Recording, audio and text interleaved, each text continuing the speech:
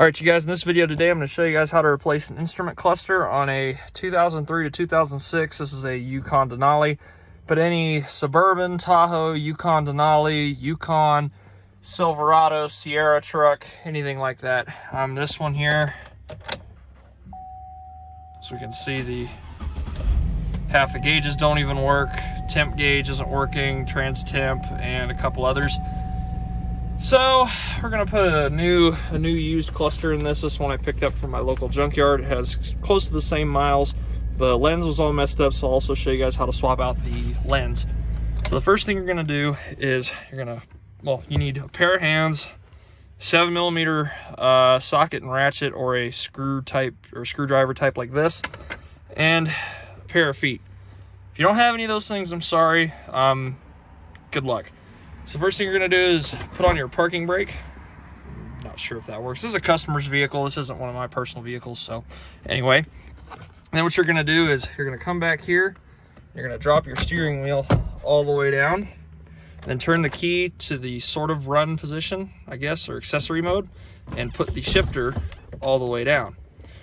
Next thing you're gonna do is take one free hand or both hands and come around here on the dash and pop the retainers that hold the dash bezel in. And what most people like to do is, while they have this out, they'll paint it or whatever you want to do. We're not doing that with this one. So, and you just got to sort of wiggle it out there. You got to get this top piece out from inside the dash and remove it and just set it aside. I kind of like this wood grain. I know this isn't factory, this is something aftermarket, but I think it's kind of neat. What do you guys think? So anyway, next thing we're gonna do is, we got 4 bolts here. We got one there, one up here, one here in the corner, and another one up here. I don't know if you guys can see that behind the steering wheel. And it's 4 bolts, and we will be right back with you guys once we get those bolts out. All right, you guys, now that you got your 4 bolts out, what you're gonna do is set your screwdriver aside. Once again, move your gear shifter down. And in this truck, I'm having to keep my foot on the brake because the parking brake doesn't work. If it wasn't a GM truck, the parking brake would work. And then what you're gonna do is just kind of wiggle this. I'll try to show this the best way I can. Just wiggle this out far enough to where you can then get to the plug on the back. So on the back of these clusters, in fact on all of these, oh look, the lights started working. Funny. So on the back of this cluster, you've got a little plug right here. I just hit the hazards on accident. You got a little plug back here. It's got 2 little tabs, one there on the bottom and one on the top. You just squeeze it, wiggle it a little bit. You guys can see in there. And just sort of wiggle it until it pops free. Now I gotta use 2 hands for this, so I'm gonna have to set you guys down. All right, it took a little bit of wiggling, but I got her out. Like I said, it's just these 2 little tabs right here, just this blue one right here and this gray one up top. You just squeeze them together and it pops free. So now that you've got your old cluster, you can either send this one off and have it rebuilt, but in this case, since we're on a time crunch and then I got to get this truck going, we're just going to put the used one in it. So now we're going to put it back in park. And what you're going to need next for this is a screwdriver or a pair of hands to swap the lens over. You don't have to do this step, but there's 3 little tabs on the top and there's 2 tabs on the bottom. Now this one, they've already been broken off. That was like that when I got there. So you're just going to grab it, release the 3 tabs and remove it. Make sure to watch out for the little trip thing in the corner and set it off to the side. And now you can take this and do what you want with it. They're good buildable cores. There are actually people out there that'll buy these and they'll rebuild them and do all sorts of cool needles and stuff like that. So next we'll get the new lens put on that cluster and we'll go from there. All right, so what you're going to do now is take your lens and you're going to wiggle it over the temp button over there, and then just snap them in. And then if you have the bottom ones, you would engage those 2. And then we're going to plug it back in, check that it works. We'll be back with you guys here in a second. All right, y'all, to reconnect this, it's very simple. You just push it in until the tab's locked. You can feel them click. Now, I'll try to show this with 2 hands. With only 1 hand. And now this truck, somebody put an aftermarket harness in here for what looks like a radio or something. And so you just gotta kind of wiggle it up into place. There's little dowels that'll help seat it. There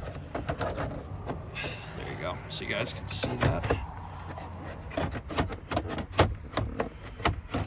And see, it just slides right into place. You see all our bolt holes are lined up, all as well. Our park reverse neutral drive selector is nice and bright. And all the lights work. Come on, baby. There we go. Sweet.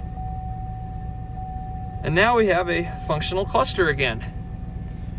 So now that you've got your cluster in, what most people will do that are lazy is they'll just leave this bezel off, but I'm not like that. So first I'm gonna let this run for a minute, let it charge up the battery, and then go from there. Get the bezel put back in and the 4 bolts and everything else. I'll be back with you guys in a second. All right, y'all, now that you got your new cluster in, what you're gonna do is put your 4 bolts in it. Just thread them in by hand first, and then use your socket and ratchet to tighten them. I'm not going to show you guys this whole process because it's kind of monotonous in my opinion. So as you can see, well, do it however you want, but next thing you're going to do is put your 4 bolts in, and I'll show you guys how to put the bezel in. It's a little bit easier. All right, we're back. I got all 4 bolts in it, and what you're going to do again is drop your shifter down, drop your steering column all the way down, and then you're going to take your bezel here and try to show this with one hand. Let me zoom out a little. There we go. And so what you're going to do is you're going to weasel this top piece in. Don't be surprised if your hazards pop on. So now that's in. You're going to just line it up around all 4 corners. And there's little dowels on the plastic so you can't break it. Well, I mean, you could unless you really tried. And just give it a good firm whack. Make sure all those clips are in, and then check up here too and make sure.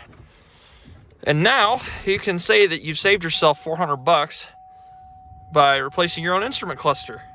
And as you guys can see, let me zoom back in. It still even starts, and all the bulbs and everything work and are good. Usually what happens with these clusters, and I'm sure a lot of people probably know this, but for those that don't, what usually happens with these clusters is they die in one of 3 ways. Either the stepper motors, which are back behind the needles on all of the prongs, they are usually the first to go, and you'll notice your values are going to be way off for certain things.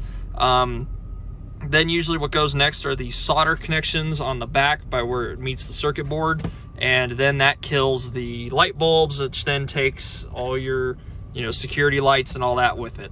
So that's usually one of the 3 ways these things die.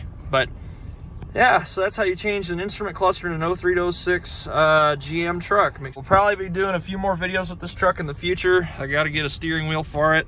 The controls even work and everything, which is wild. This truck's only got 163,000 miles on it, but call her Big Ugly for a reason. So, this truck needs some paint work, some body work, it needs a hubcap. So the bumper trim's gone.